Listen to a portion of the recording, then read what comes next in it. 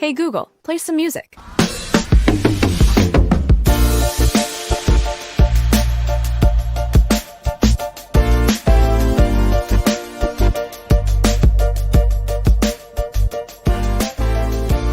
Greetings, Kooplings, and welcome back to the Google Stadia Show.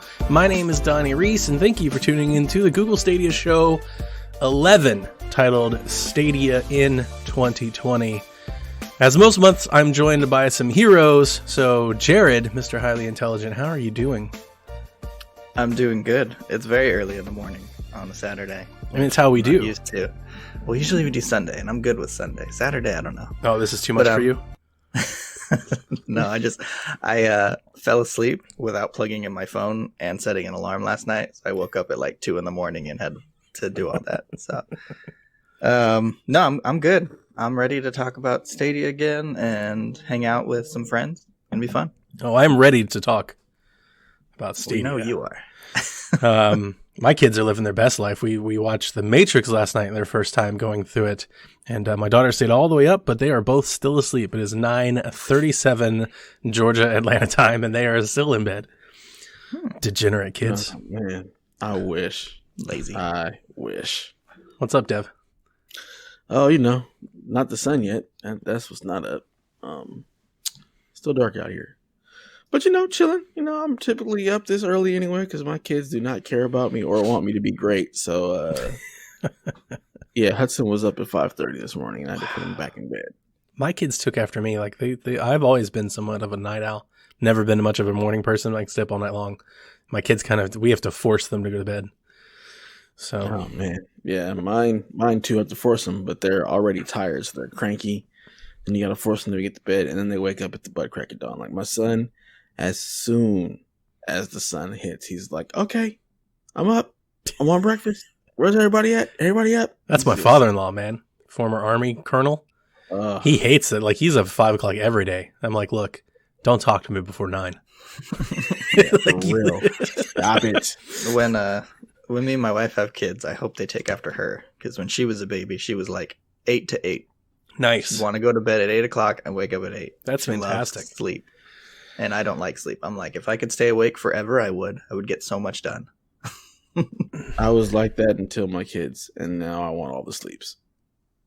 All of them, because I'm tired. I generally think I'd go without it. So I think I'm more with you, Jared. More in that line. But anyway, moving the show along, let's get into some of the news. It's been about 45 days since we last recorded. We had New Year's and Christmas, so we hope you guys enjoyed the holidays and everything like that. But we also just didn't have a whole lot of news to talk about. But we do now. We're going to get into Stadia's community update that they just put out. I thought about just reading the whole thing, but I'm not going to do that. So I surmised some bullet points. But before we do, let's catch you up on what you probably already know. This has already happened since the last time we recorded. But let's just catch everybody up. Stadia Pro games for January were updated and released. And those were announced in the, I believe it's called the Stadia Save Point back in December. You're going to get Rise of the Tomb Raider, great game, and Thumper. So 2 great games that you can go and download. Personally, I didn't like Thumper, but I know a lot of people do. But Rise of the Tomb Raider, I couldn't recommend, more. I love that game. I think it's an amazing game. It's my favorite in the Tomb Raider trilogy. But the most notable point that we saw with this announcement, we saw the first game leave Stadia Pro. So we've talked about this a bit. We've talked about a Game Pass. We've talked about a subscription model, and we have talked about, this being a Games with Gold PlayStation Plus thing, and how we didn't see games leaving the service for founders. And we have postulated, or I might say more accurately, I have postulated that at least during this beta period, if we're still calling it that I would not have removed games away at all, because you just want to have as much incentive as you can for players to play and to keep playing. But they pulled it. So back in when they announced this, I think it was like mid-December, you had until the end of December, December 31st, to claim Tomb Raider, the definitive edition. And if you didn't, it is now gone. I mean, we talked about this a lot in the Discord, so I don't know if we need to go back and recover every single top point of conversation that we had. I find this to be, at the very least, an odd choice and an odd decision only because there are games that are still available from November that you can still claim today, January 18th. Like you can still get Samurai Showdown and Destiny. They're still available. Farming Simulator is still available.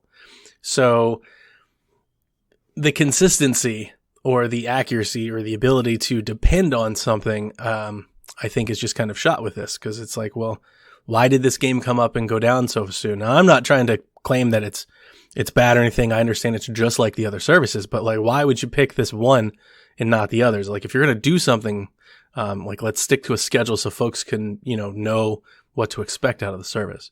What did you guys think about this? And what do you think about these games? Yeah, I mean, it is definitely an odd choice. It doesn't really, it's just like, okay, that Tomb Raider of Hog, you just pulled it? Okay. Weird. I'm not surprised by it because, yeah, like we said, we were kind of expecting like the game, the like PS Plus kind of model where things come and go. And if you don't claim it by the end of the month, you can't claim it, which would make sense if it was consistent. Like you said, it's really weird that it's not consistent across the board. As far as liking the games, yeah, I definitely Tomb Raider, Rise of the Tomb Raider is a great game. I'm a fan of that one. Thumper, haven't played, not really my type of game, but I heard people like it, so that's good. I mean, I think it's good that they continue to give games, but yeah, there's got to be some kind of consistency or a way that you can expect games to behave, because you don't want to just think, okay, I've got forever to claim this, I'm not going to worry about it, and then all of a sudden, the day before it's going to go away, they say, hey, we're pulling this, so you have until midnight to claim it. That's just not good PR. That's not the right way to handle stuff. You need to be able to be a little bit more transparent and upfront with, how you're going to handle the pro games. That way people can know I've got such an amount of time to claim these games before they go, and you have that consistency model across each month, so you know how it's going to go. And Stadia has been anything but knowing how things are going to happen. So I'm not surprised, but it is what it is. I'm not too worried about it. It's just another odd thing that they've done. Yeah, I think communication in this is key, because I don't think it needs to be consistent in that like every game has to be there for exactly 30 days or exactly 90 days or whatever. But I think when they said, okay, here's our February games, this one is staying until March 15th, and this one is leaving on February 29th or whatever. Like, I think if they were just upfront about when they were coming and going as soon as they announced it, it doesn't have to be consistent with how long they're available, but as long as we know, I think that's just better marketing. But I think with the current state of Stadia, I think it would have been a good idea to keep Tomb Raider longer, to have made another deal with Square Enix and be like, hey, can we keep this game longer, especially since we're having the second one coming. But I mean, it is what it is. Maybe they tried and they couldn't do it. Yeah. But Rise of the Tomb Raider and Thumper are both good games, and Thumper, being a pretty fast-paced rhythm game, works very well on Stadia. So it's pretty cool little show off of the latency. Nice. Do you think it's just like a hiccup of like they're still in the initial period and they're still like ironing all this type of stuff out? Like when they launch base, which I guess would be like the official launch for this Pro, do you think they will have this somewhat streamlined and, like you get a new game every 45 days and you can claim it or something like that? Do you think we'll get some sort of consistency or at least rigid program that we can anticipate? I don't know. I mean, it's Xbox and PlayStation both do that. They say these games are available. These are our December games. This one's here from December 1st to December 31st. This one's here from December 15th to January 15th. Very clear about it. So I feel like they should. But Google has not proven to be very communicative.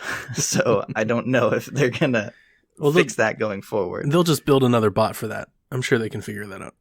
Oh, but man, the bots. What I would like to say is it's nice that in the 2 months that Pro has been available, we've gotten 2 games each month. That is nice. That was more than I expected.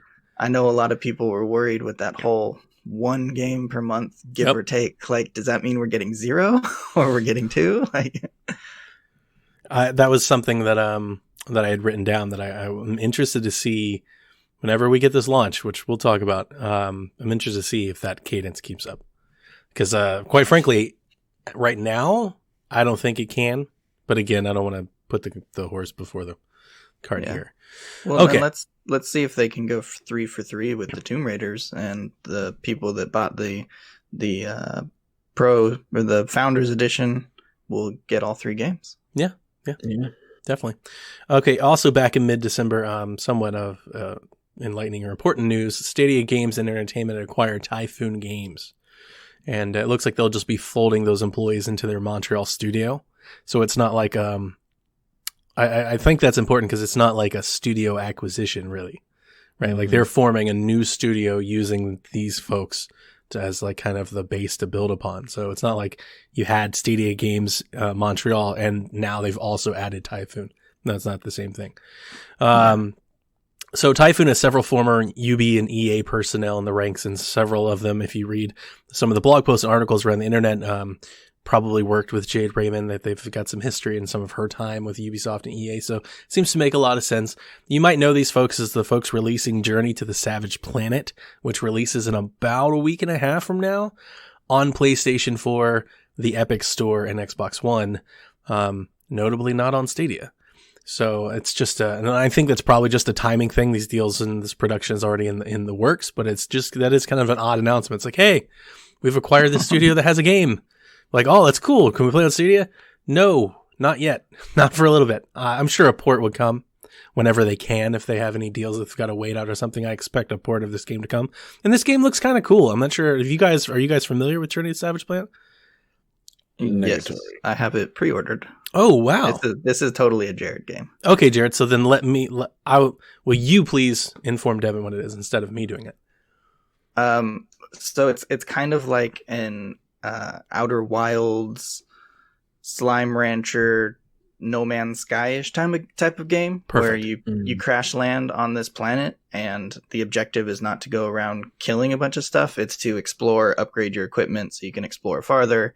You like scan and research things on the planet, alien life, alien plants, and then a lot of the storytelling is mostly like within the world rather than like big cutscenes and pushing you forward. It's all at your own pace. Yeah. Oh, it was that like super colorful game with co-op, right? It's really colorful. Yep. Yeah, and they're really pushing the co-op, which is interesting for this kind of game. Yep, that's the one. It was at the Video Game Awards, so it's interesting. It's interesting to see like they are still making investments, in their first party studios as they promised they would. So that's the first one, and like I said, I'm sure we'll see Journey to the Savage Planet be announced for Stadia at some point. And this acquisition is interesting because Typhoon is a very new studio. They don't even have their first game out yet. It's coming out. And they've already allowed themselves to be bought and just completely dissolved into this new studio. Like, it's not like they're keeping their studio and their team. I could postulate all kinds of reasons why. It makes you wonder if they didn't think that their game was showing a lot of things, or they needed capital funding, or if Google really was just so impressed that they just gave them a huge bag of money. Yeah, and it could be just like a thing. It's like, hey, we like the personnel that you have. Like, you have a good pedigree of people. So let us buy your company. We're going to rename you, but you can keep your team as it is. Yeah. So that'd be interesting to see what they come out with. It should speed up whatever their plans were for Montreal. I'm sure they don't have a plan for the next game, but instead of trying to hire and build a studio ad hoc, from the ground up, they kind of just acquire this whole infrastructure they put in place and then let them kind of build around it. So that should, speed and up I don't know how big Typhoon is, but now they've got Google's resources, so it's not big, but it's also, I wouldn't call it small. Like from the pictures and everything, I went through their blog and whatnot. I don't have an estimate of how many people there were. At least 30 or 40 people, at least, probably more. Yeah, and that's a fairly decent sized studio. Yeah, because it's not like they're indies. It's not like 5 guys working out of their apartment. Like, this is a decent studio, their own space, their own people. So that's pretty. Like, once you start needing HR and like time clocks and things like that, you're pretty decent studio. Like you're a bigger studio than most. Well, so are they technically considered indie? I don't know if anybody's publishing Savage Planet. 505 Games is publishing their game. Okay. So, I mean, I would call them an indie studio only because, I mean, they have, I think that was the whole point in the beginning, is that they left EA and Ubi to do something like that. And it's interesting to see them jump right back in. And I mean, I really don't know. I mean, I don't think any of us know. I haven't seen it reported, the backstory of this. I just think this is the Jade Raymond effect. I mean, if you're trying to connect the dots, these are people that worked with her at a time when they all worked under a similar banner. They all left that banner. And now that she's creating her own thing, it sounds like these people wanted to be a part of it. So I think this is the Jade Raymond effect kind of working here, if I had to guess, if I had to put a guess on it. Okay. About a week and a half ago, Google launched the Power Support Claw, which is the controller grip for your mobile phone. It is $15 and has been out of stock on the Google Store. It's been in and out of the stocks. I've seen the alerts, I think, 3 or 4 different times already in the last couple of weeks. It's out of stock right now, at least by my last check last night before I went to bed. It's still out of stock. But you still need a Pixel phone to use it, sort of. And, but we'll get into that more in a minute. But have you seen this claw? Are you interested? They showed it in the commercials. Are either of you wanting to get something like this? I've seen the claw. My case has a kickstand, so I'll never be getting any of the claws. Yeah, no need to. Yeah, I've seen it, and I would like to get something like it eventually, but I'm not really playing on my phone yet. Once they allow mobile networks, I'll probably invest in something like this. But as it stands, I'd rather just play on my Chromecast. I read reviews on 9to5 Google and the Android Police, and they both mentioned something that makes me never want to really buy it. Apparently, it can scuff and scratch your controller. And that's just kind of like a no-go for me, as I care a great deal about the condition of my controllers. Like, scratching my controllers is a no. Like, that's an instant no. It looks like it would. I mean, you're just putting plastic on plastic. And yeah, you just kind of wedge it in there. If one of the plastics is even slightly harder than the other one, it's going to scratch it. So, like, I don't know why they don't put, like, just a layer of, like, soft touch rubber or something on the inside. The other side of this is that I'm still waiting. I don't want to commit to even $15 to like a piece of hardware like this, because what I want is the one grip to like rule them all. I want the one grip that'll size to any phone and fit any controller. That's what I'm kind of after. I'm waiting for somebody to do that.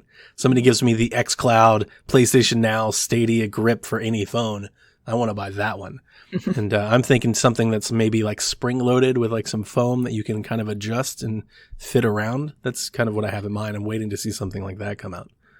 What I will, what I will say about this one is I like the form factor. I like that it kind of pushes the phone forward and actually sits in front of the controller. So like, cause it's not like you need to look at the controller. You should know where all the buttons are, but it makes it much more ergonomic, because a lot of those clips I've used before where they sit behind the controller and it's like really front heavy and kind of leans backwards, where this I feel like would have a better center of gravity. So it's pretty nicely designed in that sense. I know, I agree with you there. It does look pretty nice. Yeah, definitely. I had a different clip before, back in the day when I was bootlegging PlayStation to my phone, and it sat behind, and the weight of the phone eventually just broke the clip. So the fact that it sits up front, it does do a much better weight ratio where it's not going to end up breaking or bending or anything like that. Yep. It looks like it'll be, no, I mean, yeah, everything, Jared, you just said, I think is right. It looks like it would be a comfortable way to play. You know, you're going to be kind of staring, not at your hands, but because of the screen sits in front of them. That's where you'll be. You won't be kind of looking somewhere else either. And I'm looking at the picture, and it looks like it has soft touch rubber where the phone sits. Yeah. But it doesn't have it where it touches the... It just seems like it's oversight. Yeah. Come on. So I saw the pictures, and it looks like, you know, it's more noticeable if you have a white controller than like it seems like the black and the blue seem to maybe, you know, mask some of the scratching a bit. But both of them were like, hey, if you use this too much, it's going to scratch your controller. I was like, absolutely not. So I wonder if it's if it really is scratching, or if maybe it's just the color rubbing off. Ooh. Because if it only shows up on the white, The picture that I saw looked definitely like a scratch. Like there's almost like digs. Like you can kind of see like indentions where it's kind of like shaving a piece of it out. But they're just Stadia haters, and they're probably like rubbing it all over the controller. Oh yeah, so they're just like really jamming it in there over and over and over again. That makes sense. Stupid Stadia. Oh man, the amount of videos that I remember when the Switch launched about the kickstand. People are like, this kickstand's flimsy, and they throw the thing and the kickstand falls out. They're like, what a piece of trash. It's like, who's doing that? I think I've like used this kickstand like twice. Yeah, maybe you're right. Maybe you're right. All right, let's get into the big news. This is the news that just came out. I mean, it is big news, but it's also like kind of not news. It's like fake news. I don't know. We'll see. They released Stadia released a community update. Are you guys doing are you guys subscribed to the community.stadia.com thing? Are you guys seeing this type of stuff? Like when it comes out, are you just waiting for people to share it in the Discord? I typically see it before Discord. Okay. Because, I mean, it's cool that they do have that, right? They've got the community.stadia.com where they post updates, and they've got a forum, they've got Q&As. It's a nice little website for anybody out there that is like, I need to stay more informed. You can do that.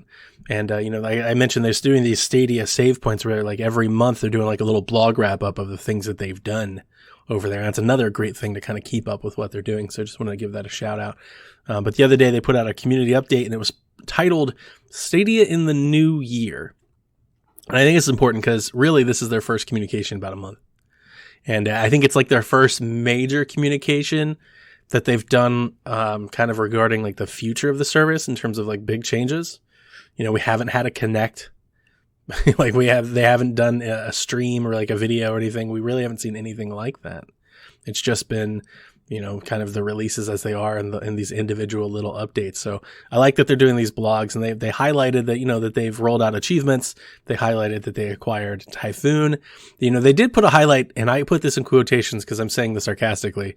They highlight that they've brought new games to the service, which I guess they have, like with Borderlands 3, like there has been a game or two that have been added since the launch lineup. But I don't know how much I would have advised them to maybe take that bullet point out.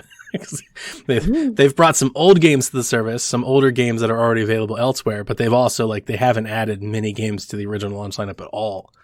I mean, Darksiders. That's true.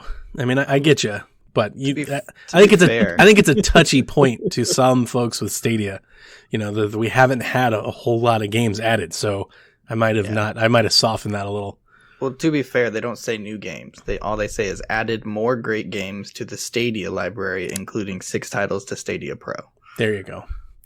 All right, and then they put a spotlight on what they're looking forward to doing in the first 3 months of 2020, which I like. They've put a goal, they've put a time on it. Right, this is a specific set of goals that they're looking to do in the next 3 months. First one is support for 4K gaming on the web, so being able to play in 4K on your browser. Rubs me wrong because I realize that their 4K isn't 4K. But their 4K picture is better than their non-4K picture. So I would still I would welcome it. I don't mind. I think that's a good thing. I would like to play in my browser at better, higher fidelity. But as we've seen, their 4K is a 4K picture, but what's being shown is a 1080p picture upscale. So it's not 4K. Still, I think it'd be better, right? Do you think maybe they should move away from saying 4K so much? Maybe saying like HD or better quality or better resolution or something like that. Performance mode. I don't know. Yeah. It is 4K. It's hard. The picture's 4K, but what's being shown isn't in 4K. So it's misleading at best. It's not really a lie. It is a 4K stream, of a 1080p picture. I think that is a lie. I guess. Yeah, not really. The question is, how many people have 4K monitors to take advantage of it anyway? Exactly. I don't. Yeah, neither do I. I do, but like I said, I think it'll be better. So I kind of see it. It's like, high visual fidelity mode.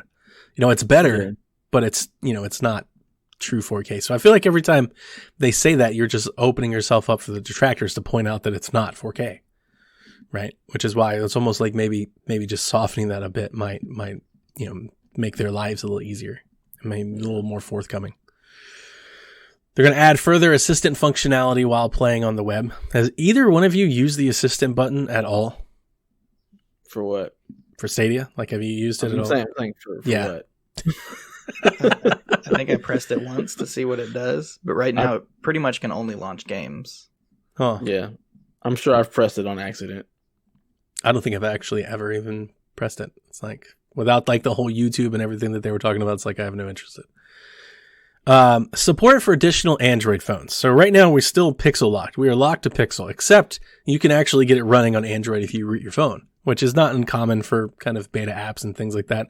So it's out there. It's available to you for an Android phone. You can do it. You can Google it and figure it out. But if you want to wait to do it natively, they're still rolling that out, which is, I think, a major point. Like, they've really got to get this out to more people so far, which we'll talk about here in a little bit more. And I don't think you need to root your phone, though. Oh, really? No, I think Grouchy was talking about it, and I think it's just, you're basically just tricking your mobile browser into thinking it's a desktop browser, and then you can stream it from there. So I was saying you can actually use the Stadia app to play if you root your phone. So the Stadia app can be available to you on an Android phone or tablet if you root it. Gotcha. Now, but Grouchy's, I would imagine that would work. Yeah, if you get your browser into like some sort of desktop mode or seeing it that way, yeah, that should work too. Outsmart the Googs. Mm-hmm. Mm-hmm. This one is the one that I'm probably most excited about. Wireless gameplay on the web through the Stadia controller. I want to pair my Stadia controller with my Pixelbook and my Slate wirelessly and play stuff. I want to play Google Play games that way, and I want to play Stadia that way. And that would be very, very appealing to me in the sense that you don't have to plug it in. I don't always have to carry a cord. So for me, I think that makes a lot of sense. I'm really excited about it because while I don't mind plugging it in, obviously, like you can do that, but it's a streaming service. Like the whole point of it's to be wireless. So I think that would go a long way if we could get it to be wireless. Yeah, I think being able to just switch between Chromecast and everything without having to plug it in would be good. Oh, you mean like how they showed, in their videos about what the service is? Yeah. Well, in that demo, they were plugging it in and out like constantly in each device. But I feel like if you had it wireless on everything, it really, you just bring the controller. Like it wouldn't have to pair to anything really. Exactly. And you'd have to imagine once they get it working for the web, there's only a matter of time before they actually let you wirelessly hook up to your phone and use broadband and all of that. So yeah, I'm hoping that that's coming. We start to see the realization that is Stadia. All right. Most importantly, they are tracking 120 games coming to Stadia in 2020. So 120 divided by 12. That's 10 games a month. They're targeting more than 10 games in the first half of the year alone that will only be available on Stadia when they launch, i.e. timed exclusives. This is important news because this service needs games in the worst of ways. Like we are basically playing the launch lineup with the exception of 2 or 3 options. We're playing the same games that we've had available since November. And this was kind of the point I was going to make in terms of if they want to try and keep with the 2 games per month, they've got to start adding games soon because we're about to have the entire launch lineup handed to us because like they're running out of options of things to give us if they don't start launching some new games soon. Up until this mention, I wrote, I believe we only saw a handful of games that we knew were coming in 2020. Like until this update, I knew like we're still waiting on Doom, like 2016 Doom, not Doom Eternal, right? We knew Doom Eternal is on the way. It's supposed to be day and date with Stadia. That's amazing because the new trailer looks awesome. Marvel and Cyberpunk were confirmed for Stadia. Both have been delayed. And Ubisoft's games were confirmed for Stadia. And all of those are delayed. Are there any other I'm sure there are. Like I'm looking at some, so like the Division 2, the Crew 2, I think we've seen in trailers and things like that. We still don't have those yet. But there's no other like big games that we were expecting in 2020 that haven't been announced yet, right? I don't think they ever dated Baldur's Gate 3, so yeah. No. Did you mention Avengers? Yeah, the Marvel, yeah. That was Marvel, yeah. Yeah, so this is exciting. This is exciting to know that they've got some games coming. 10 a month. I think that's a really great cadence. I don't want them to just instantly become the PlayStation Store and they have 1,000 games, 200 that you care about, and 800 that you've never heard of before. I like the fact that it might be somewhat curated and somewhat highlighted for, notable releases. It's interesting to think what these games are. Like, what does that mean? Does it mean we're getting Resident Evil 3? Are we getting Resident Evil 2? Like, are those types of games coming? Are we getting Devil May Cry? Like, is that stuff coming? Things we don't know about. So I'm excited to see. Hopefully there'll be a Connect soon when they get ready to launch this base platform. Hopefully, we'll see what these games are.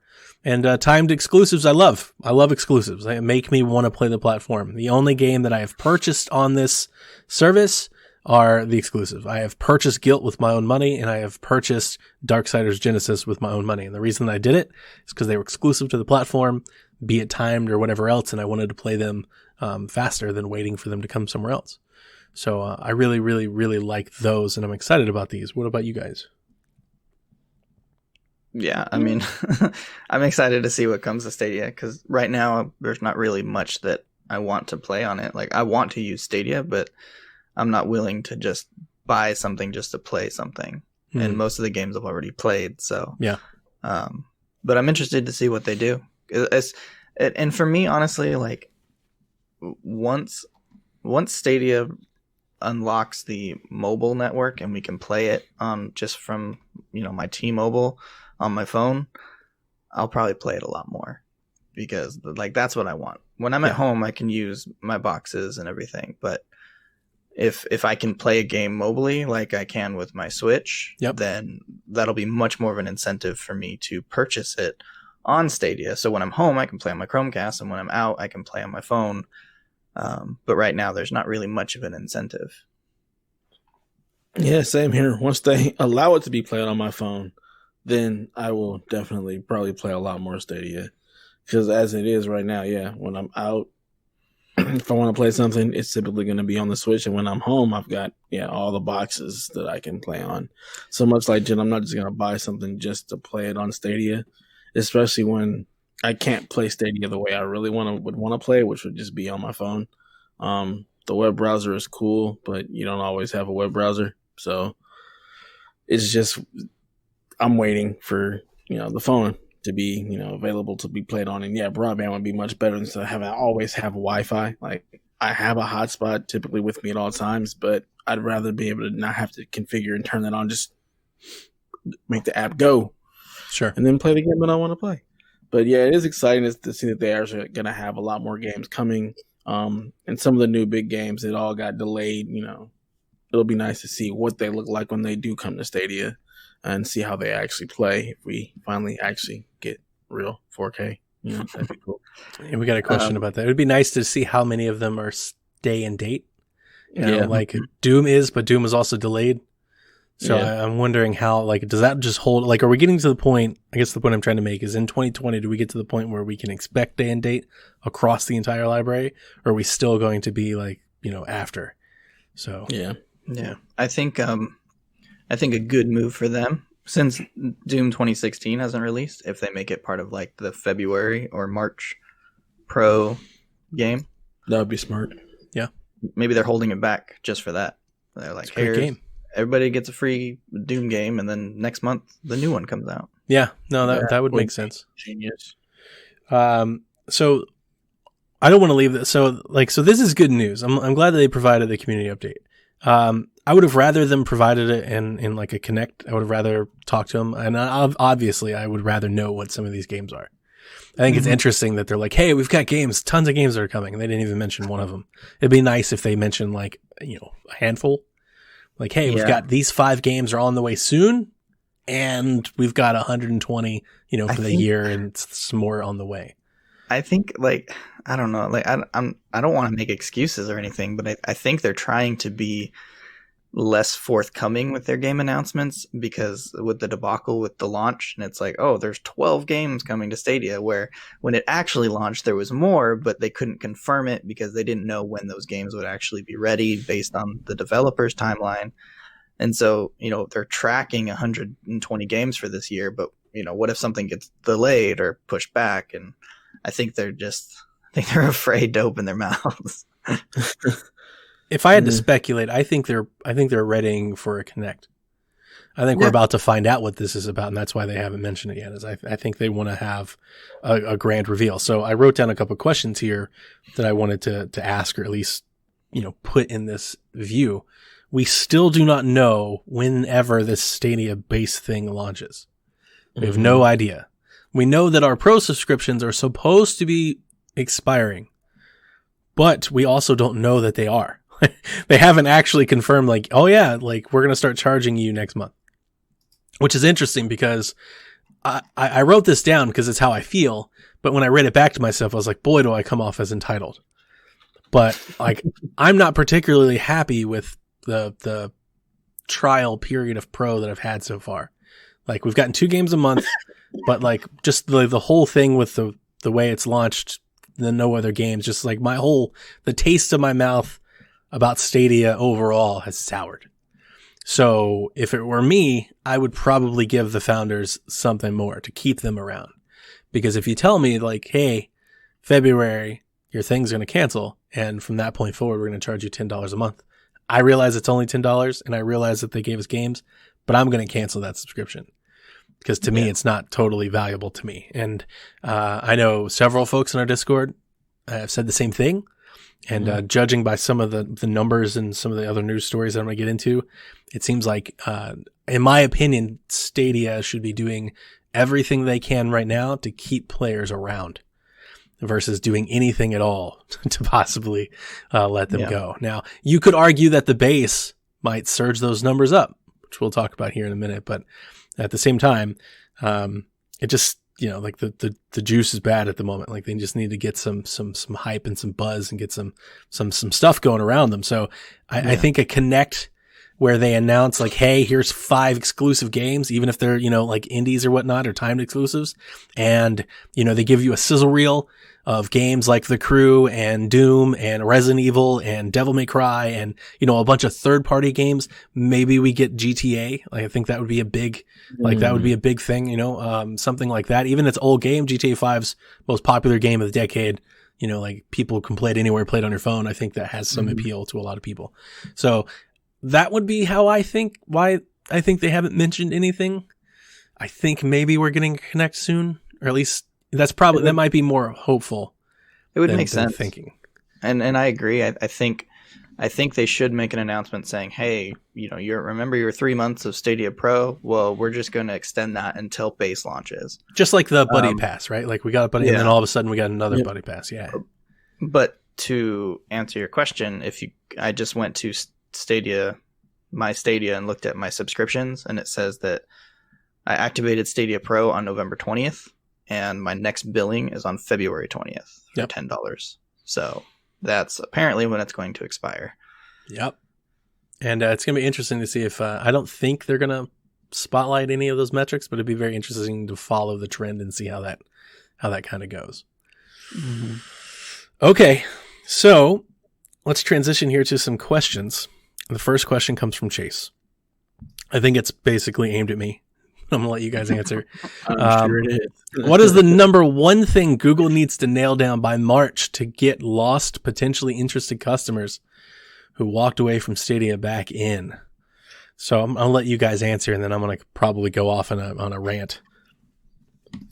The number one thing? I mean, I would say games, but I don't know what kind of games they could even come out with between now and March. Like, it's not like they're going to drop some major crazy exclusive. And at this point, pretty much everyone owns an Xbox One or a PlayStation 4. So it's not like they're going to bring new people in. I think the only thing they could do is base.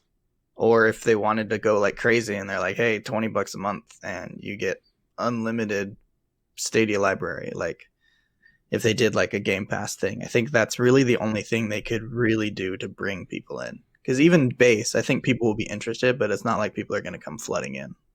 Yeah, it's interesting you brought that up, Dev.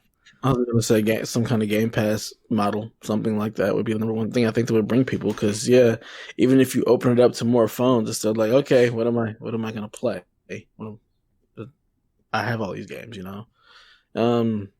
Yeah, I gotta go with Jared. Like, yeah, some kind of Game Pass model. Even if they do announce base, there needs to be some kind of different subscription model. Because right now, with just the pro games and the fact that there's just so few, I don't know if that would really entice anybody who you've lost at this point. And I don't think they're going to do that, honestly. But no, I don't think they are either. I think it would be a good move because I don't think the publishers are going to let them. Like, I don't think I don't think they want their games being treated that way.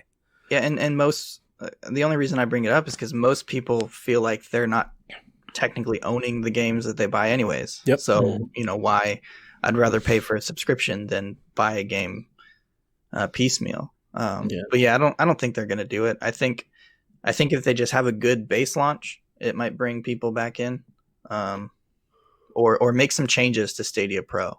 It's like, hey, we're building a Game Pass library.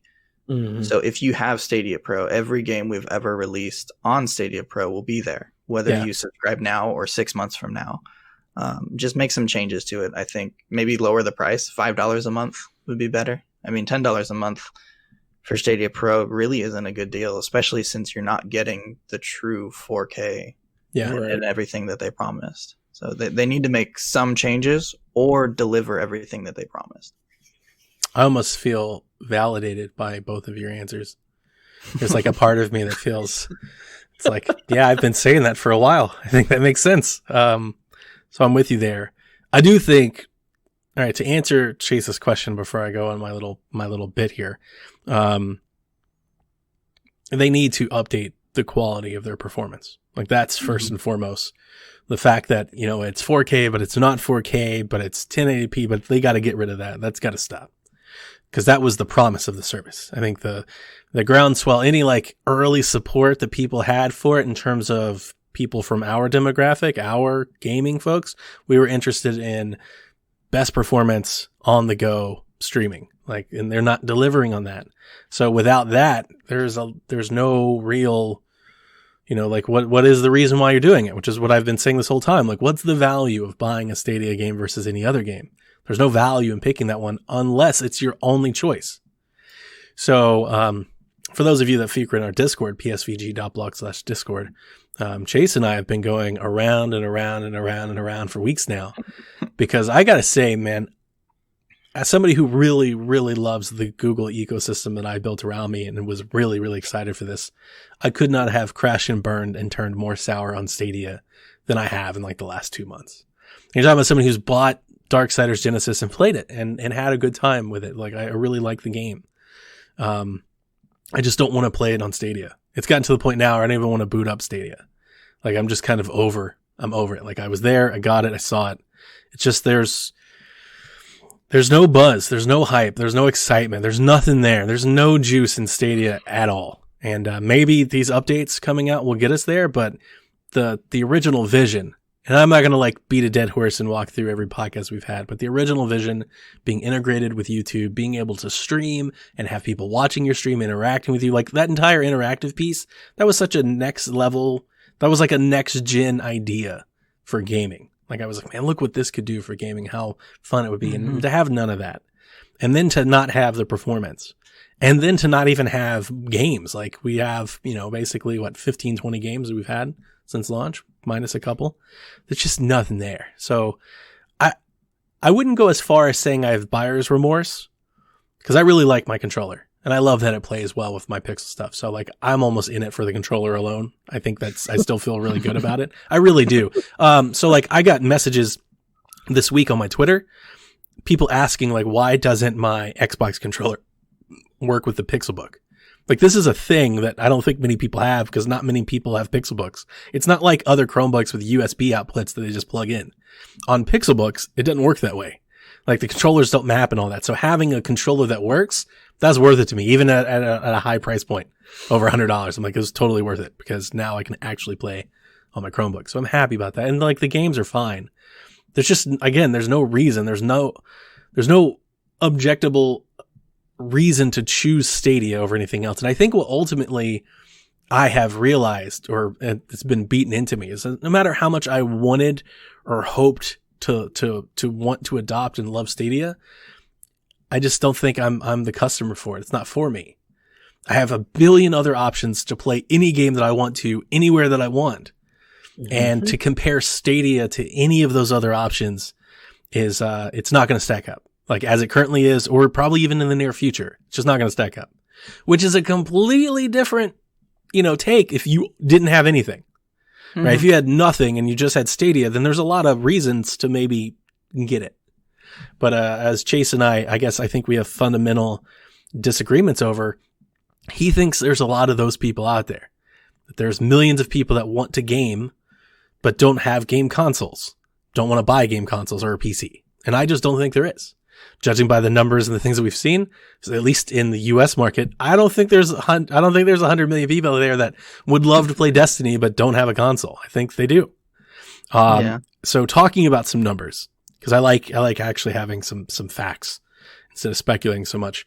There was a Forbes article that went out on Game Rant, and it got put around a little bit, and we talked about this in the Discord over the last month about Destiny's player base. I've got some updates to that article as well that I want to share, but let's just talk about this. So the Destiny player base was tracked November through December, and Stadia was included. And this is important because we don't have a whole lot of numbers with Stadia. They didn't announce how many they sold. They haven't announced how many, how many players they've got. Like there's no real way to measure what is the impact of Stadia, right? We just assume that there are hundreds of millions of people across the world that are excited for this, but we don't know, right? In November, Stadia's player base counts. PC, 494,000 people were playing consistently. PS4 is 450. Xbox One, 330. Stadia, 19,000. That was at launch. Like at Stadia's launch with free Destiny. Like, hey, 19,000. And before I read December's, I just want to say, I'm not arguing the point that Stadia isn't these other platforms. That's not what I'm getting to. I realize that it's not. I realize that it's launch, and I realize not everybody loves Destiny. I'm not trying to make the point that they should be at 500,000 people. December, 437,000 for PC, 435,000 for PS4, 313,000 for Xbox One, Stadia, 8,000. 19,000 November, 8,000 December. These numbers were updated yesterday. Stadia is down to 5,000. Okay? 5,000 people. That is 0.5% of Stadia's entire player base. Of Destiny's entire player base is playing on Stadia. I gotta wonder how they get that number. Is it people currently logged in? It's from Bungie's. It's an average concurrent player count. It's not from Bungie. It's from an app that actually you can just type in some information. It's called, is it Charlemagne? Yeah, Charlemagne. It's an app that you can add into your Discord and stuff that'll give you like current metrics. And so it's like, here's who's playing right now.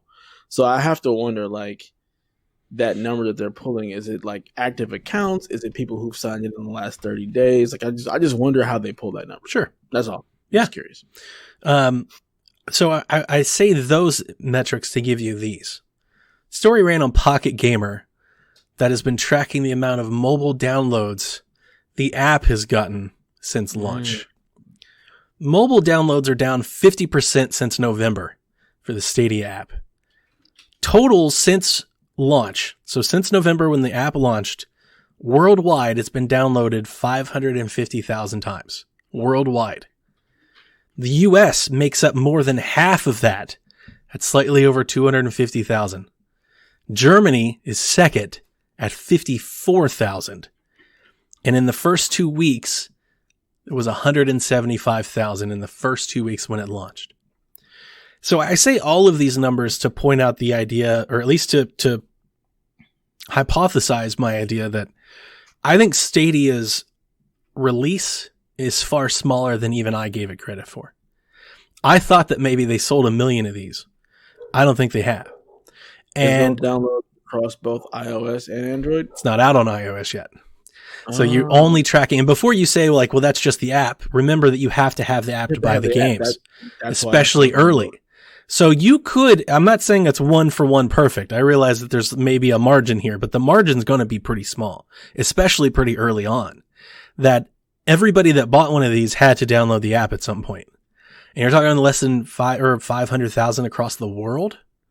So wait, you're telling me on iOS you can't even download the app to control the game. So if you don't have an Android phone, you can't even. That's my belief, but I'm also not an Apple person, so maybe somebody fact check me on that. But my understanding from launch, my understanding is that Stadia, the app, is not available on iOS on anything over there.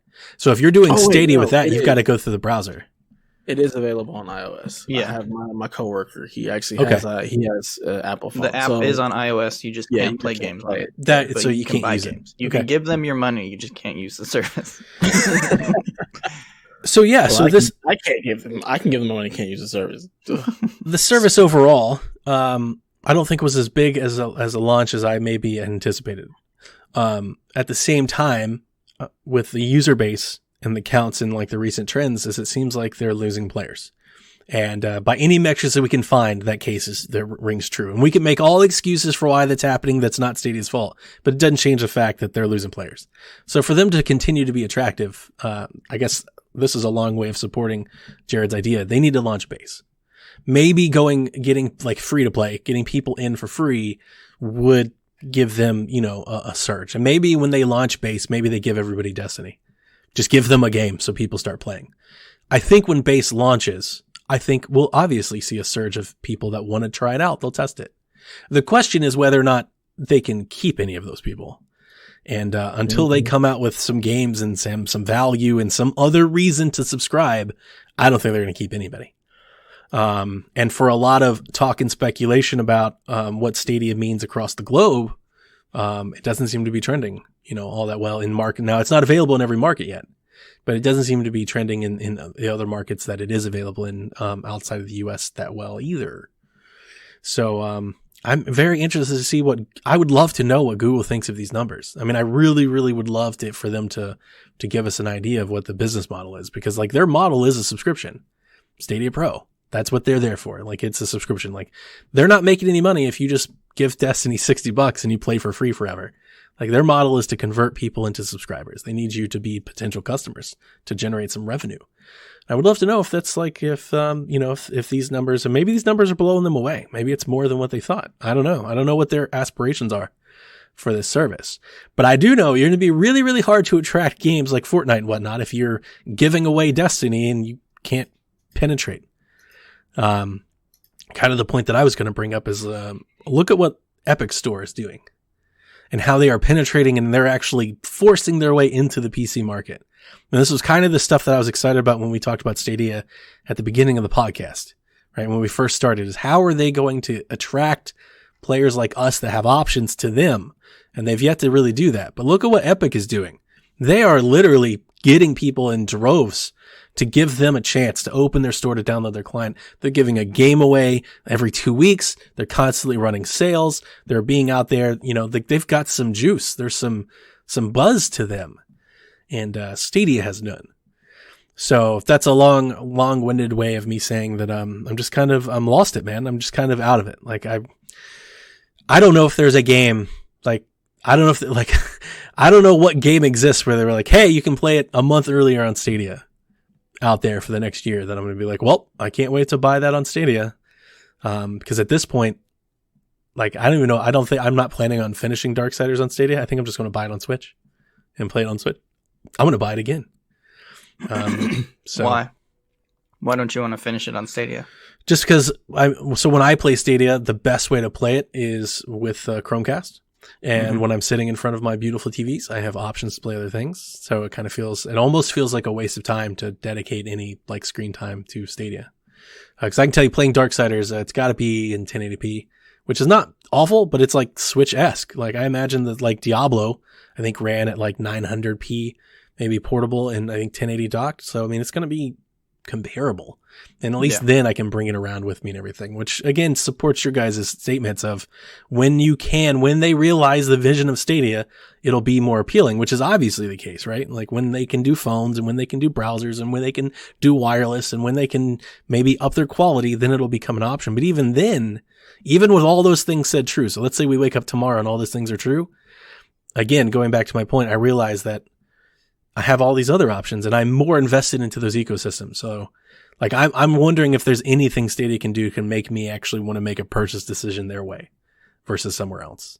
The only thing that I would be really excited about, I think, would be a subscription.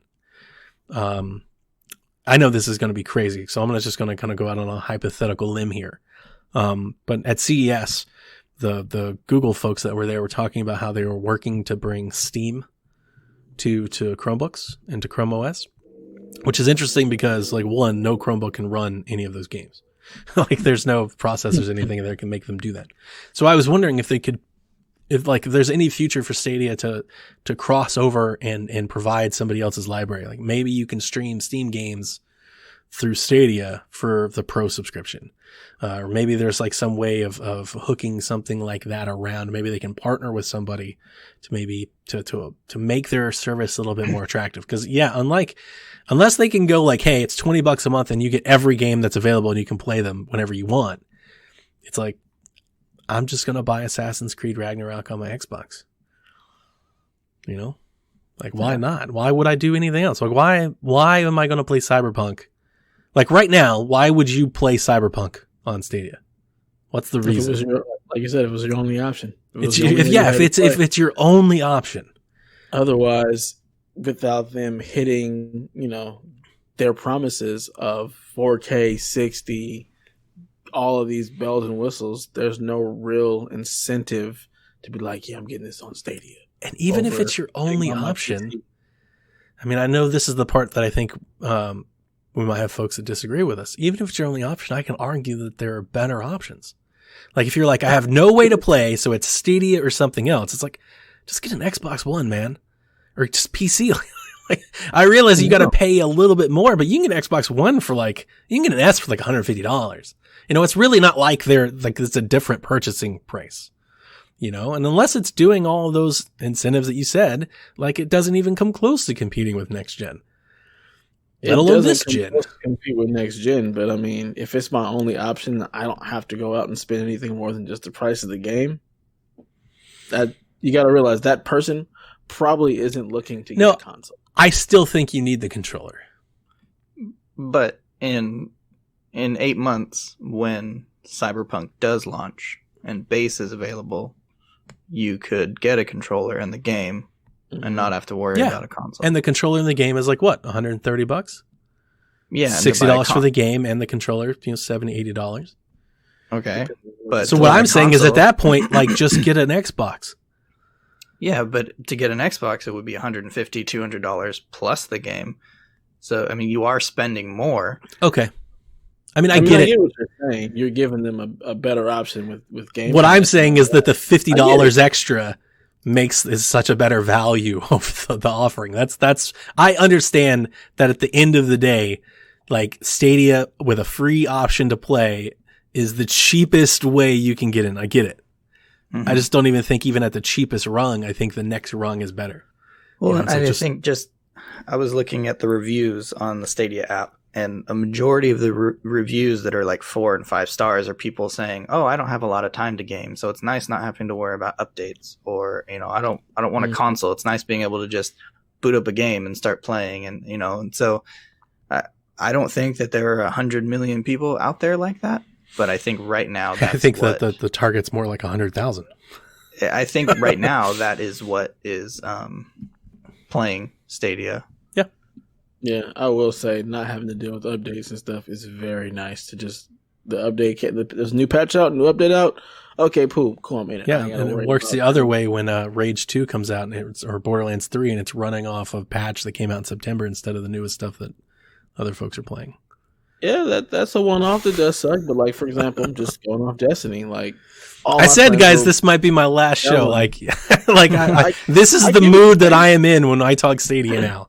It's a very valid point, but like, how nice would it be for you to just be able to boot up Last of Us 2 when it comes out, instead of trying to figure out how you're going to download this game to hurry up and play? But yeah. What I don't get is, okay, yeah, Google has their fair share of blame, and they've really botched Stadia for the launch in the last couple months and blah blah blah. But things like Borderlands coming out with a 3-month-old version, like, why is Google to blame for that? Yeah, like, that sounds like a Borderlands problem. Like, why didn't they install? Like, I don't think there's anything wrong with Stadia that would require them to. I'm not blaming them. I'm just saying, like, that works both ways. Like you can be like, well, I don't have to worry about a patch. It's like, well, you might also not get the patch. Like you may not get the, like what is that going to do? Like, especially the thing about like day and date, right? They have launch day patches, or the patches come out the next day. Like what if you had Doom Eternal and you're basically running off of like review code and they push a patch to consoles that fixes all these problems and you don't get it for 2 weeks? Like that, it works both ways. But that also is a thing that happens regularly now anyway. Like you'll get a patch something on like a console, but it won't come to PC. Or you'll get a patch on PS4 and you're waiting for the patch on Xbox or whatnot. So that's just a typical error. But the fact that you won't have to download and install the patch is a very, very nice thing. Especially if it's a big ass day one patch that's like, 15, 20 gigs it will see. That's true. Because on Xbox and PlayStation, they're like, okay, you can download this patch or you can't play it all. Yeah. There's no option to just boot up whatever is currently there. Yeah, that's true. So for somebody who is that casual gamer who's not looking to get a console, the fact that they won't also have to deal with this stuff and they don't have the time, they can just jump in. It is a nice option. But I understand what you're saying with, this rung is better, for you. I think, it makes a lot of sense. But certain people who just don't have that kind of time, aren't looking to really get into that, Stadia is still a nice option. It's a nice option to have, and especially if it is your only real option to play Cyberpunk whenever it comes out. That might be a very cool way to be like, yeah, I was able to play, the new Cyberpunk, didn't have to do a whole lot. Just boom, just booted right into it, So do you two have hope that there is so many of those people out there that there is like an actual market to cultivate and grow an audience to become a player, with that being like your target customer? No, I don't think I care. I don't. I mean, I know that's a point. I'm not saying that you should care. I realize that, but I'm saying that you should, like, if you want to believe in Stadia as being a long-term viable option, you need to care that there's a viable way for them to make money. Otherwise, Stadia goes away and it's no longer an option, right? That's what I'm trying to say. I realize that you don't care. And to be quite honest with you, I don't care either. I want to get as much game as I can for as little money as I can. I care about me. That's just a consumer thing. But if you really love Stadia and you want it to be around forever and you want to make it's your main platform, then they need to prove to be viable at some point. Mm-hmm. They need to realize their vision that they gave us of it being this awesome service that plays in 4K that you don't need a console for. They need to realize what they put out there. That needs to be what happens in order for Stadia to be viable, especially with next gen coming. If they don't have this stuff up and running the way it was promised by the summertime, then there's kind of like it's almost dead in the water. Honestly, I don't know if you'll ever be able to get that mind share back, that consumer back. It has to be what they said it was going to be. Otherwise, they're going to lose. Period. And I don't think that there is anything that they could do, even within the next year, to become a major player, unless they have some giant must-play exclusive. Like, there's nothing that they can do, because most people are either gonna continue playing on their Xbox One and PlayStation 4 for the backwards or forwards compatibility, or at least Xbox is promising that, or they're gonna buy into the next gen. Like, I don't think there isn't really anybody out there who's going to be like, yes, Stadia is going to be my primary platform. And I was just about to go, you're talking about mind share and things like that. Like, do you think they have any? Because I don't think they have any right now. I think they have a lot of negative mind share, but like not people clamoring. Yeah, I don't think like influencers and gaming journalists and sites and blogs or podcasts or any of the things that gamers typically go to are saying great things. Nope, not at all. Especially when you have stuff like GeForce Now coming, where it ties into your Steam library and it works. I mean, Amazon's got something coming. xCloud is going to launch. PlayStation Now, you know that they're going to do something with the launch of PS5. Like, you know, you guys have seen this, and our listeners, you guys have heard me. Like, I've basically been on this trend since E3. Like E3, I was like, oof, and now like every month since then, all the way through launch, it's just gotten worse. And I really don't like the argument that, well, there's a whole new market, a whole new world of people out there that would love to play Cyberpunk, but they currently don't own consoles and they currently don't buy games. What you're telling me is it's like the super casual person. You can't build, like, that's not a market. That's not a customer. You might be able to get them for a weekend for a game, but you can't make money off. That's the Wii, right? That's the Wii. That's the person who bought the Wii for Wii Sports and they never bought another game. And you got all these people releasing all these games that sold like trash. Like, that's not a viable market. And even then, you know, that was a Nintendo console. They had Mario and Zelda. Like, we got spitlings over here. Well, I think they tried to make this shift to this. We've got streaming. It works. It's going to be great. It's the next thing. And then it just falls flat out the gate. If it was what they said it was going to be at launch, then you start to change minds and start to change the narrative about, like, this is the future. You're right. Now, or like, this is the future. I don't want no parts of it. You know, you're right, because there was a time where I was really excited for it, and it wasn't just the 4K part, but I expected the picture to be good. I expected at least like 1440p. I expected like really good, you know, resolution. But I was more excited about all the other stuff. YouTube integration and streaming and being pick up anywhere on the go and being able to play wirelessly. You know, I was even postulating. I was like, oh man, I'll just throw my controller in my backpack and play from everywhere. You can't. You can play from anywhere. So it's, no, I'm with you there. If they could fully realize the promise that was Stadia at the beginning, that they would have at least they would have an argument to make. Yeah. But all the conversation that both you and Jared are sharing now is I've basically come to the reality that their argument still isn't for me. Even if they realize that argument, it's like, I've got so many other things and so many other buckets. Like, I don't think I could ever come around to being like, Stadia is a primary platform to which I used to play video games on. Yeah, I think they're doing kind of like an opposite of Nintendo. Like, they're both chasing that blue ocean, everybody, but Nintendo's coming at it like, hey, buy our hardware and get all these cool games that aren't like these big, huge, violent, you know, games. And then on the other side with Google and Stadia is we're trying to just get anybody who's even slightly interested without a huge barrier. But I don't think that there are a lot of those, except for maybe in markets other than the US where internet might be good, but hardware is extremely expensive. Yeah. Yeah. Like I could see this like taking off in India once it's available. Yeah, absolutely. I've seen a lot of people excited about it over there, at least on my Twitter. When I say a lot, I mean a dozen or so. I don't mean, you know, like thousands, but I mean, I've seen some fervor out there that they're, you know, at least show some excitement for it. But I mean, we showed excitement for it too. You know, I don't know.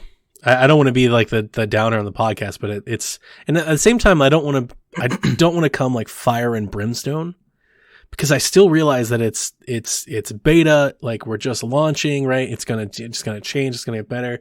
So I don't just write it off forever. But at the same time, and like almost in the exact same breath, to be hypocritical, it's like, at what point do you start? Like, what's the moment that you start holding someone accountable? Like, and you start doing some comparisons, and you start, you know, because at some point somebody's gonna be like, should I get a PlayStation 5 or Stadia? You know, like, at some point you're gonna have to, you know, if you're gonna, they threw their hat in the ring, and if they, you know, like, that's on them, that's not on me.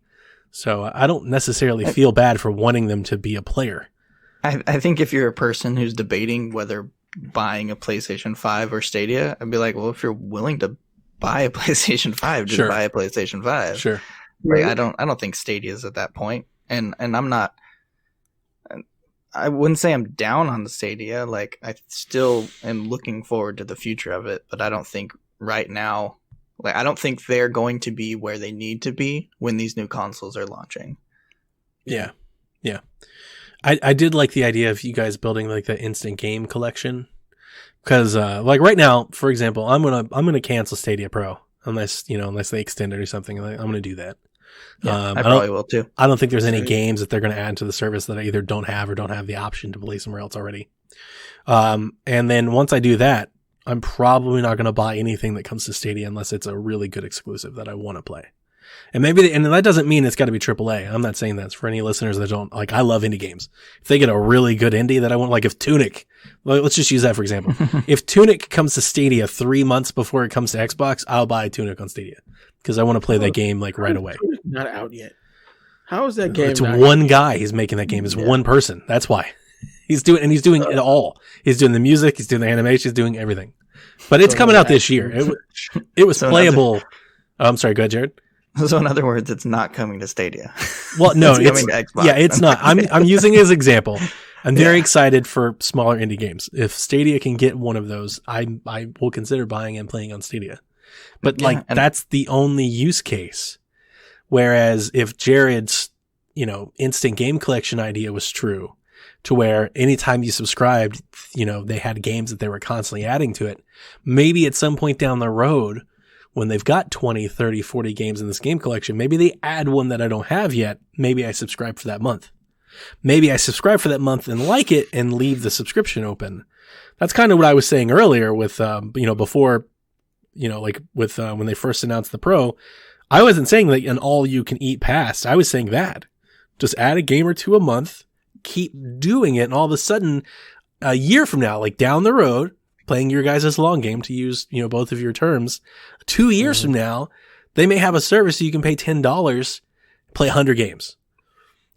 That's something that you could do that might be appealing to somebody. I'm always trying to build that business case. Like, what's You're the trying sell to build here? Game Pass for everything. That's basically. Well, that's true, but I'm trying to build something to sell. Like, how can I pitch this to other people and basically pitch it to myself? How can I justify, spending any money on anything like that? Like, that's one way to do it. But unless they do something like that, I don't see how I'm going to buy anything here. Yeah, I don't. I'm definitely not going to buy anything until I can play it mobily. That was my whole reason for being excited with Stadia. Like, I want to be able to play at work on my breaks. Well, I mean, you can now. You just have you got to plug in. You can't. I can't because I can't use my work Wi-Fi. Oh, I have to okay. be on a mobile network. I gotcha. Okay.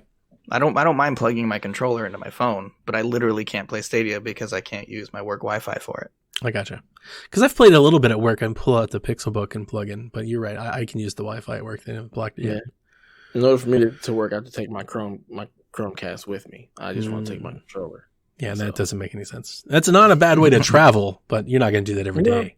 No. That's a lightweight. Like when we do the PSVG house party, I plan on showing off Stadia because we have a lot of people on the team that never played it. Like they're not interested. They're not going to try to play it. I would love to show it to them. Prayerfully, by then, it'll be much better service. Hopefully. Maybe they'll have something at E3. It's like, hey, and this is available now. Well, at the end of the day, it's still cool that it works. Like it does work. Yeah. It does work. Absolutely. It doesn't look great. It doesn't look the best. But like it does work. It does work. But then again, so does xCloud, and that's got a Game Pass attached to it. And I think that's why, $10 a month for pros. It's just not. It's not a realistic thing to expect people to buy into because. Do you feel bad? Like, do you feel bad when you say that? Because like you get a game. Like I don't want it to sound like games aren't valuable. Like games have value. I don't feel bad saying that because you can get the same service on Xbox or PlayStation and it's $60 a year or $5 a month. That's true. And I would say that the $10 a month would be more viable if you were getting the full fidelity 4K 60, but you're not. It would. So now you're paying more. And I would argue that the games that we've gotten are for Stadia Pro are better than a lot of the games we get from Xbox Live Gold and PlayStation Plus. Like sometimes they're not that great anyways, but even then it's like $10 a month for a couple free games that I don't know. It's just, you're getting free games, but you're not playing them the best way possible like you were promised. Yep, and a lot of these games are available for $4 or $5 in other stores too. Yeah, like that GeForce Now. Once we have a guest on the show. GeForce Now is rolling out to PCs, and they're going to let you stream your Steam library, and they're going to bring up other devices and stuff. I actually have hands-on experience with GeForce Now. I had one of their Shield tablets, which is what they kind of launched this thing on. So before the Switch came out, there was the Shield tablet, which was basically a Switch, and you could hook up you could pair a controller to it and play it. And it's like the same thing with like their Android TVs and stuff that they've got. And but GeForce Now was pretty awesome. And it was exactly what we're describing. I booted the app. There was 60 or like 50 or 60 games in there, and I could stream any of them with the click of a button. I just touch it on the tablet and it would boot up and it would start to play and I could play it. And this was years ago. And, I remember playing like, Metal Gear Rising, like Revengeance on it and stuff like that. It's great. It was a great way to play. And now that you can do it with your Steam library and your PC stuff, and I realize GeForce doesn't have like mindshare. A lot of people probably never even heard about it. But to PC and Steam players, which is a huge community, there's another viable alternative, to doing something like this. So it's just, I feel like they're getting marginalized. They're being pushed almost on every front. I'm not familiar with GeForce Now. Does it use your own PC hardware to stream it? You can. Yeah. Like they just rolled out the beta client for PC, which I signed up for, but I haven't done it yet. So I imagine it'll boot into the client that you run and it'll just stream it, through a browser. And you'll be able to put an app on your phone and tablet and take it with you and do that as well. Because I think the advantage of Stadia is you don't need that powerful hardware. Oh, I think it'll run on anything. I mean, like I said, it ran on the Shield tablet 5 years ago. Yeah, well, no, but okay, so that's what I'm saying is like, do they have a server farm that powers the games and then sends the stream to you? Yes. Because right now you can sign up for the Xbox Insider and do the Xbox streaming, but the Xbox streaming is different than xCloud. Like your Xbox has to be on, and you have to have an Xbox to do it. So when I was doing it, I did not run it from a PC or anything like that at the time. Okay. So like I said, I jumped into the beta for PC, and I'll have to report back on how that goes. But hopefully I get in because I was really excited about it. But yeah. Beta for what now?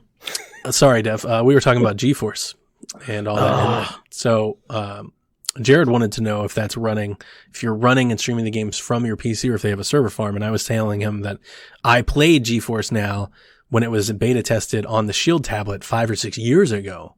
And that I wasn't running it it wasn't streaming from my PC. I was running it from their server farm. So like they've done it for some time. And back then it ran well.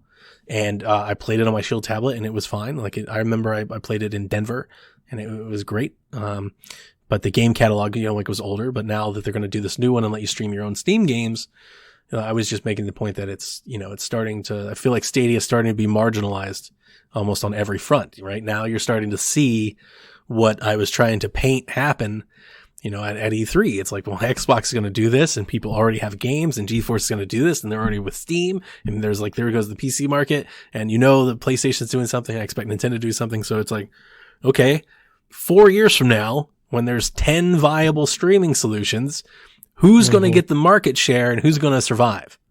It's going to be Stadia because they're finally going to have Fortnite. And with the power of the cloud, you're going to be able to play 1,000 people in one match. I can't wait for the Fortnite to come out and it's playable user base, 2,000 people. What's so funny is you don't even need the GeForce thing to stream your Steam games. You can actually just use the Steam Link app and it streams from your computer and it works. Like we've been doing that at work and it works just fine.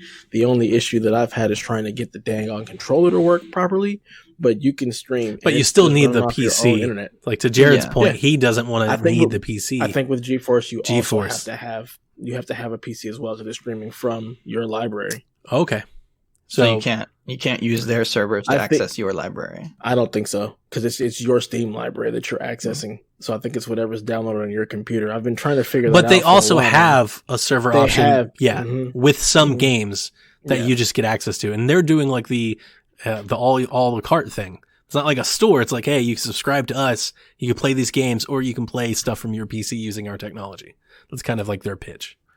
Yeah, I'm waiting. I hope I get in that beta because I would love to be able to see how well that works. Me too. So like I said, and eventually all the streams will be the same.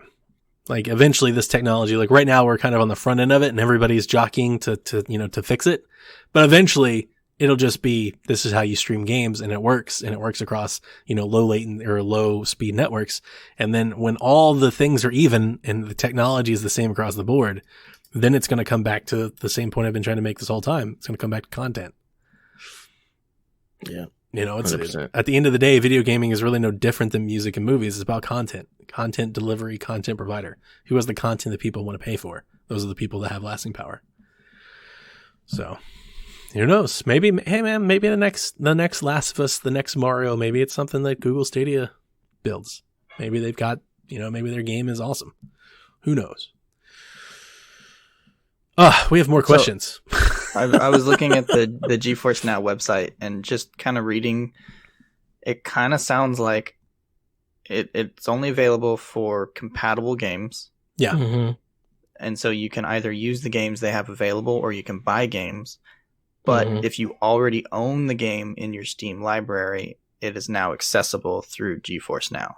Mm-hmm. So I don't think you need a PC. It's not to running power from it. your PC. That was No. my impression. Yeah, is that they have their That's- own server farm.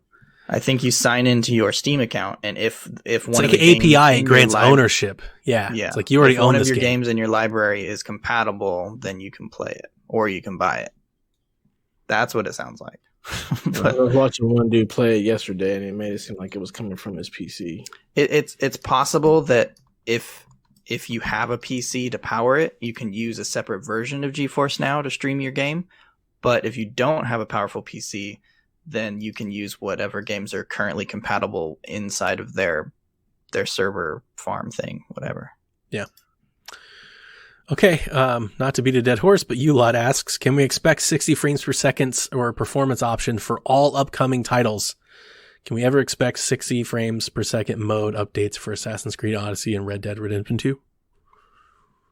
I feel like we should. I feel like Yeah. it's possible. And I think Google should push the developers. It's like, hey, you need to provide this fidelity. Like, it's not like it's impossible. But I don't think that will happen. It's my issue with So- Destiny is they were there on site and we still don't have it with them.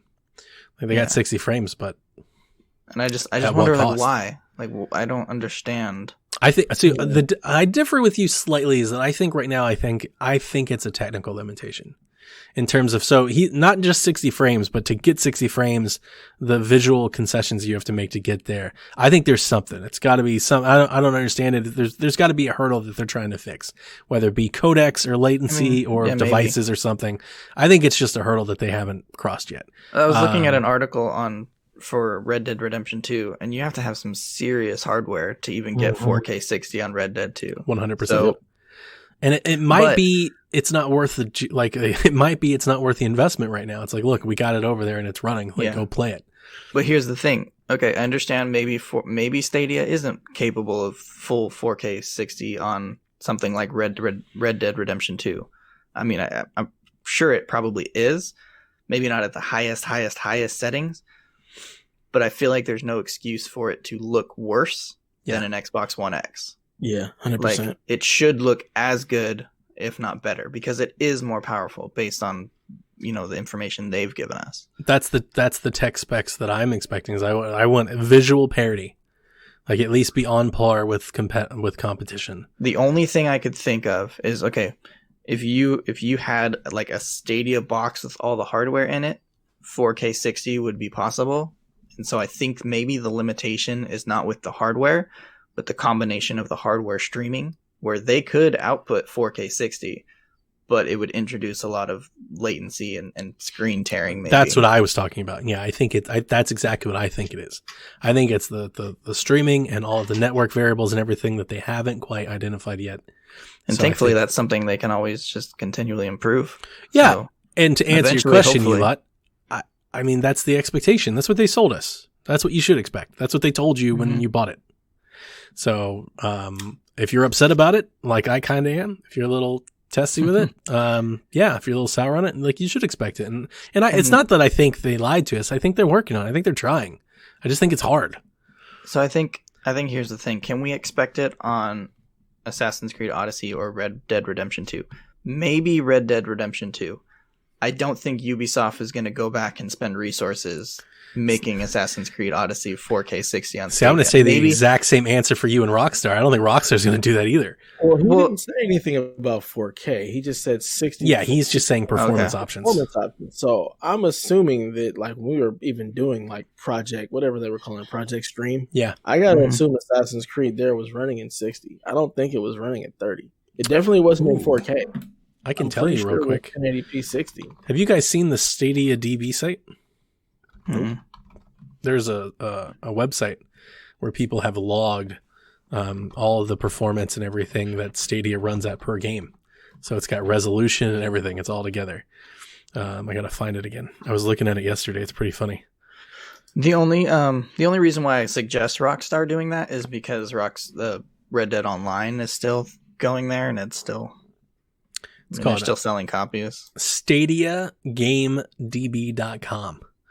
And it says that Assassin's Creed Odyssey runs at 4K 30, which again is the 1080p upscale at 30 frames per second. I'm wondering if you put it in the performance mode to drop it to 1080p and then give you 60. Maybe. I don't know. I don't have it and I haven't played it.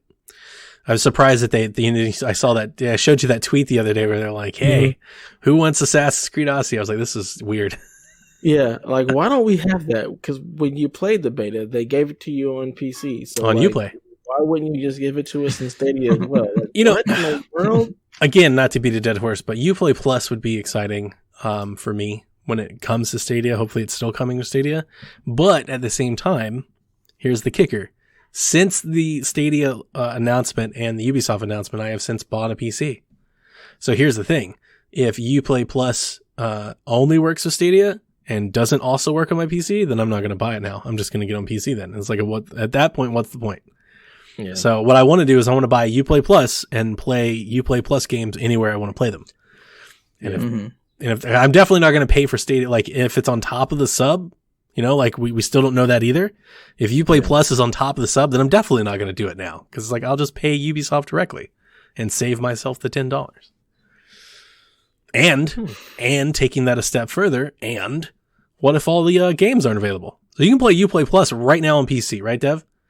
Yep. It's available right now. And like, there's like probably 100 games in there? There's more than that. So on Stadia, how many Ubisoft games are there? One? Just Dance? Oh, that's right, Just Dance. And what's the other one? Is the shooting game? Yeah, Ghost Recon Breakpoint. Yeah, so there's 3. Game. There's 3. So and Just Dance runs at 4K 60. So when Ubisoft Plus comes to Stadia, is it just for the games of Stadia, or do they bring the entire catalog with them? So I got all these questions. I gotta imagine they bring their whole catalog with them. Like, why? What would you? Then why aren't some of these games here now? Why is Far Cry? Like, why? Because Uplay Plus isn't there now. That's the only thing I can think of. They're saving it for Uplay Plus. It'd be added incentive. Hey, you get Uplay Plus. Now you have all of our Ubisoft catalog on Stadia. And if that thing doesn't, if I have to have a subscription for Uplay Plus on Stadia and PC, no, not doing it. At that point, my Stadia controller becomes my Google Play controller. It's just like, I'm just done. Yeah. But at the same time, when we talked about it during E3, like, they can't just let you pay Ubisoft and then for free forever. They got to make money off of you somehow. I guess their hope is that if you keep playing Stadia long enough, you'll eventually buy something. Maybe. I mean, who knows? Because if you have Uplay Plus but you don't have Pro, then you're limited to 1080. So maybe they're thinking, you know, I think you're kind of limited to 1080 anyway, right? Well, no. Apparently, Samurai Showdown runs in 4K 60. It's not native 4K though. But how do you know? I have no idea. That's just what this DB site says. I'm just going off what this site is telling me, and it's very funny. Like, I mean, funny. It's been proven that certain games do not run at full 4K, but I'm sure some do. Yeah, I don't know. Delvin wants to know. He says, "Chelfie's threatened me into not getting a Switch Lite. Should I buy Stadia instead?" No, Delvin. You're not. No. Just buy a Switch Lite. Yeah. Breath of the Wild, Mario Odyssey, all the Nintendo stuff. Dev, have you been playing Stadia? Have you played Stadia at all? Me, yeah. Okay. Jared, you been playing some stuff? Farming Sim and... Have you really been playing Farming Sim? Yeah. Like if I go check your achievements and stuff, I'll see them? No. Because I just walk around and don't actually do anything. And that's what I did with Tomb Raider. Like when it came out, I was like, I'm going to go see what it looks like on Stadia. So I put it up and I did like the first level. No, I really haven't played Stadia because there's not really anything on there that I really want to play. I booted up just for the novelty of it, but I'm sort of just chipping away through my backlog of indie games on Switch right now. So with that said, because I've played Darksiders, but I've only done the first 7 chapters, maybe 8. Actually, I might have done quite a bit of it. I'm not sure how long the game. The game's great, by the way. Really, really good game. You should just finish it on Stadia and stop playing. Maybe I should. But the question then becomes like, are you guys like, before we end the show, I'm not trying to set you up. This is being genuine. You guys like real happy, like with everything so far? Like you bought it. We've done this podcast and everything. Like it just sounds like none of us are really playing it. We're not actively turning it on. Like, so when I say that is I'm trying to put us in perspective, there are Stadia fans that play the Stadia like every day. And like they're streaming it and they're talking about YouTube videos and making podcasts about it. Like we're definitely not. None of us are doing that. So like, I mean, I'd have to be playing games all the time to even really know. So it's like, I don't play enough to care at this point. So like right now it's experimental at best, really, between all three of us. Yeah, for me, it's just the library is not there, and I can't. There are a couple of games that I'd want to play, but if so, Doom Eternal launches. Are you getting it on Stadia? I'm not going to get that game. No okay. What? Cyberpunk launches. Are you getting on Stadia?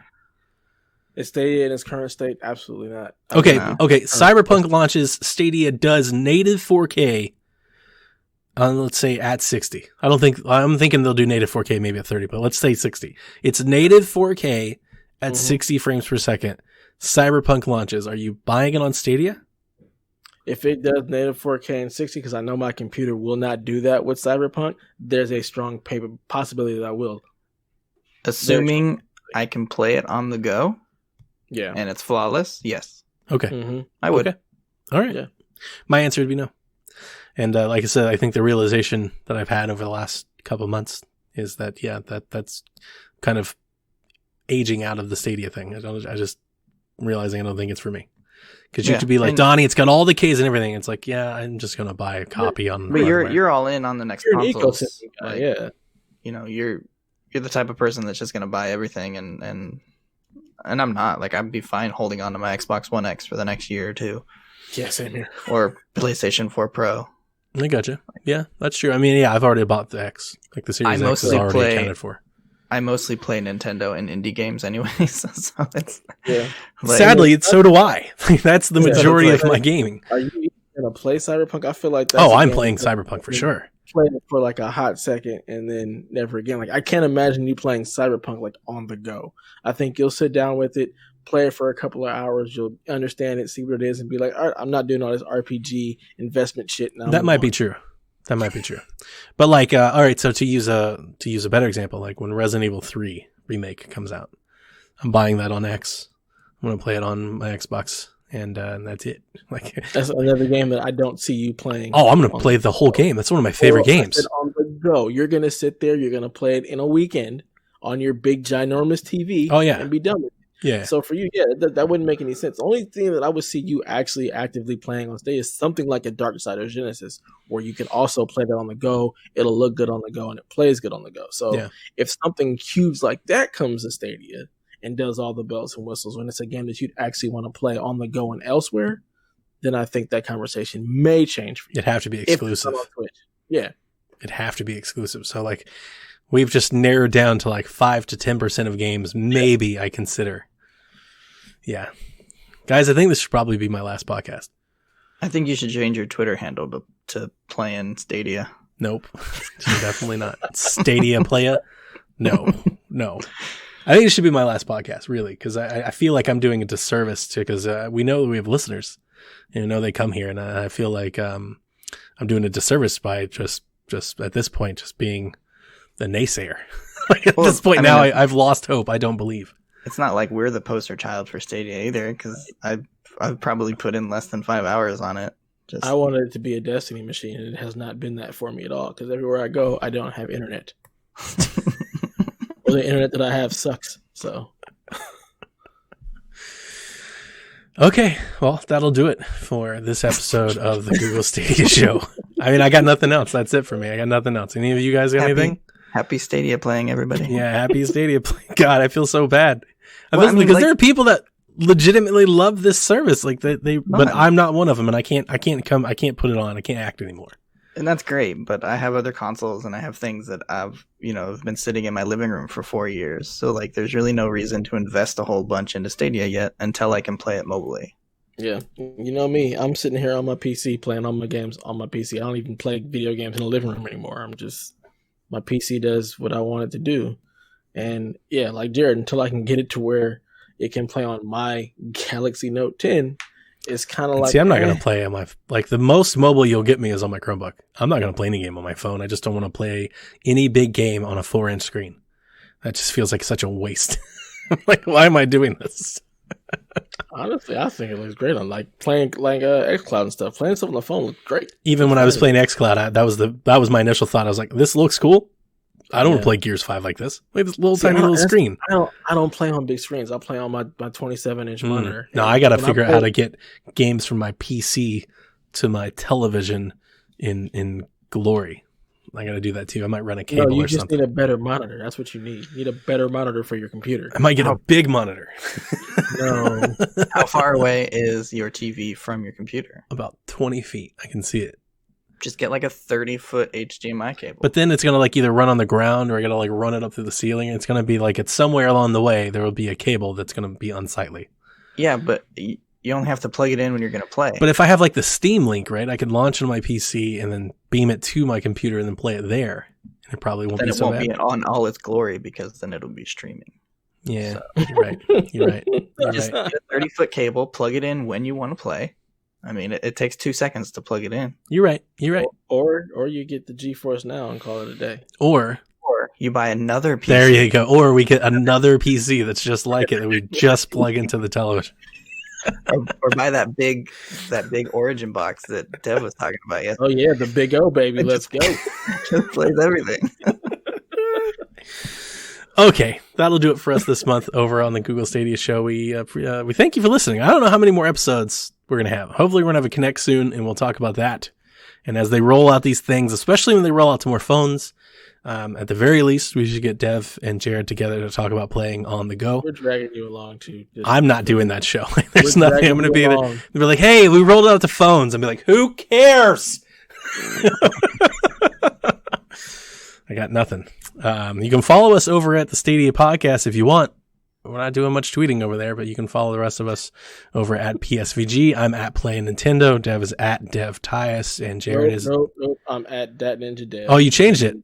We made a change. I followed your model. We're going branding across. There you go. And Jared is at Highly Intelligent. Not highly in, as in Zelda. Right, Jared? Yes. The Duke? The Duke. We'll see you next time. Hey Google, play some music.